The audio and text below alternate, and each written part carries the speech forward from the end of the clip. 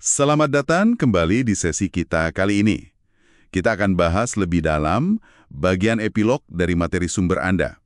Isinya itu jawaban untuk pertanyaan-pertanyaan yang sering muncul ya, soal konsep inti yang udah kita diskusikan.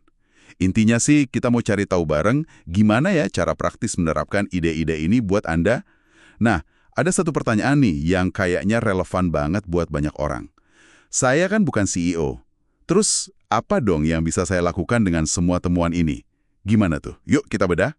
Pertanyaan bagus banget itu, dan jawabannya banyak kok. Ide-ide ini tuh fleksibel banget, bisa dipakai di level mana aja. Nggak harus jadi CEO, Anda bisa mulai misalnya dengan pakai pola pikir membangun jam. Membangun jam, maksudnya fokus ke sistem jangka panjang ya, bukan cuma hasil jangka pendek gitu. Betul sekali, bukan sekedar memberitahu waktu atau ya fokus hasil sesaat, ini bisa Anda terapkan di lingkup kerja Anda sendiri loh. Sangat mungkin. Coba aja ciptakan semacam budaya mini yang kuat di tim Anda. Budaya mini, maksudnya? Ya, budaya yang berpusat pada ideologi inti tim Anda. Nilai-nilai dasarnya, tujuannya. Malah kalau perusahaan secara keseluruhan belum punya ideologi yang katakanlah jelas banget, ini justru kesempatan loh. Oh, jadi malah bisa lebih leluasa ya? Iya, bisa jadi. Anda bisa definisikan nilai tim Anda sendiri. Terus rekrut orang yang klik sama nilai itu, bangun rasa bangga. Rasa bangga jadi bagian dari sesuatu yang spesial. Di sumber Anda kan ada contoh tuh, manajer manufaktur. Ah ya, yang sampai bikin jaket dan topi tim sendiri itu ya. Nah, itu dia. Buat memperkuat identitas unitnya. Keren kan? Keren banget sih itu. Terus selain itu, kita juga bisa menetapkan semacam BAGH versi timnya. Atau mungkin dorong eksperimen kecil-kecilan. Kayak aturan 15%-nya 3M gitu. Tepat, bisa banget. Tetapkan tujuan besar, berani, dan berbulu atau BAGH untuk tim. Atau ya itu tadi, dorong eksperimen. Beri ruang buat tim eksplorasi ide baru di luar rutinitas. Jadi ingat contoh manajer operasi di sumbernya, yang sengaja nantang kebijakannya sendiri. Ah, iya. Itu contoh bagus soal merangsang kemajuan. Biar timnya nggak cepat puas kan, jadi terus terpacu gitu. Karena tahu pelanggan internal bisa aja cari vendor lain. Betul. Itu bagian dari menjaga standar tetap tinggi. Oh ya, dan satu lagi nih. Jangan remehkan kekuatan data. Data dari perusahaan visioner maksudnya. Iya, gunakan temuan dari perusahaan visioner ini yang ada di sumber Anda, kayak Merck, P&G, HP, sebagai semacam kredibilitas waktu Anda bicara ke manajemen senior, misalnya. Oh, jadi buat argumen pendukung gitu ya? Iya, kan sulit ya buat eksekutif manapun mengabaikan rekam jejak jangka panjang mereka yang solid banget. Ini bisa jadi amunisi bagus. Masuk akal, masuk akal. Tapi ada pertanyaan lain nih yang agak menggelitik. Gimana kalau perusahaan yang tadinya udah visioner malah kehilangan arah? Kayak kasus IBM itu. Nah, ini poin krusial, penting banget ini. Menjadi visioner itu bukan status permanen. Sekali dapat, terus selesai. Nggak gitu. Jadi kayak perjalanan ya? Betul, lebih kayak sebuah kontinuum. Perusahaan bisa maju, tapi ya bisa juga mundur. Makanya kuncinya itu, seperti disebut di sumber, kewaspadaan abadi. Eternal vigilance. Harus waspada terus. Kewaspadaan abadi. Oke. Untuk kasus kayak IBM, pelajaran utamanya ya kembali ke akar.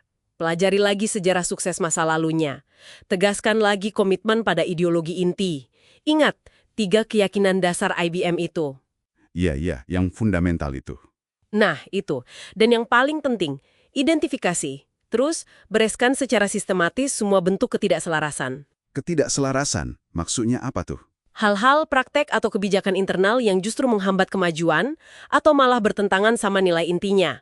Sumber Anda malah nantang untuk cari puluhan ketidakselarasan spesifik itu dan ya, hapus satu persatu. Wah, PR besar ya. Jadi memang perjuangan terus-menerus, bukan sesuatu yang bisa dianggap enteng. Oke, ngomong-ngomong soal sumbernya, bagaimana dengan metode risetnya sendiri? Survei CEO itu, seberapa bisa kita percaya hasilnya? Ada bias gak sih? Soal metode survei, ya pasti nggak ada yang sempurna ya, punya keterbatasan, potensi bias selalu ada. Misalnya, mungkin aja liputan media yang positif tentang suatu perusahaan mempengaruhi persepsi CEO pas survei gitu. Bisa jadi. Contoh American Express kan disebut di materi Anda sebagai kemungkinan kasus kayak gitu. Oke. Tapi yang bikin temuan ini tetap kuat adalah gini. Karakteristik kunci perusahaan visioner ini kayak ideologi intinya itu umumnya udah ada jauh sebelum mereka terkenal dan sukses besar. Oh, jadi bukan karena udah sukses terus baru dibentuk gitu ya? Kayaknya ndak gitu. Ini menunjukkan ada sesuatu yang lebih dalam, bukan sekedar korelasi sesaat. Perlu diingat juga ya, nggak ada perusahaan visioner yang jalannya mulus terus. Nggak ada. Pasti pernah jatuh bangun juga ya? Banget. Semua pernah ngalamin masa sulit. Sumber Anda nyebut banyak kok. Disney, Boeing, 3M, HP, Sony, Ford, Citicorp, IBM. Mereka nggak kebal kemunduran. Tapi bedanya, ketahanan mereka itu luar biasa dalam jangka panjang kalau dibanding perusahaan lain. Jadi, kesulitan sesaat itu nggak otomatis membatalkan pola sukses jangka panjang mereka ya? Betul. Pola jangka panjangnya yang perlu dilihat. Oke, paham. Jadi kalau kita tarik benang merahnya nih dari semua pertanyaan tadi, apa sih intisari terpenting yang bisa Anda petik? Intinya gini, menjadi visioner itu soal komitmen. Komitmen jangka panjang pada sebuah proses yang nggak pernah berhenti. Proses abadi. Prosesnya apa itu? Dua hal utama, menjaga inti sama merangsang kemajuan. Jaga inti, maksudnya ideologi inti tadi ya? Iya, pertahankan ideologi inti Anda dengan teguh. Itu fondasinya. Tapi di saat yang sama harus terus merangsang kemajuan. Merangsang kemajuan, inovasi dan perubahan gitu. Tepat. Terus berinovasi, dorong perubahan dalam segala hal di luar inti itu. Jangan stagnan. Ini bukan soal, program perbaikan kilat atau tren manajemen sesaat yang ganti-ganti. Bukan. Ini soal membangun organisasi yang tangguh, berkelanjutan, hari demi hari, tahun demi tahun. Jelas banget. Jadi ide-ide ini beneran bukan cuma buat para bos besar ya.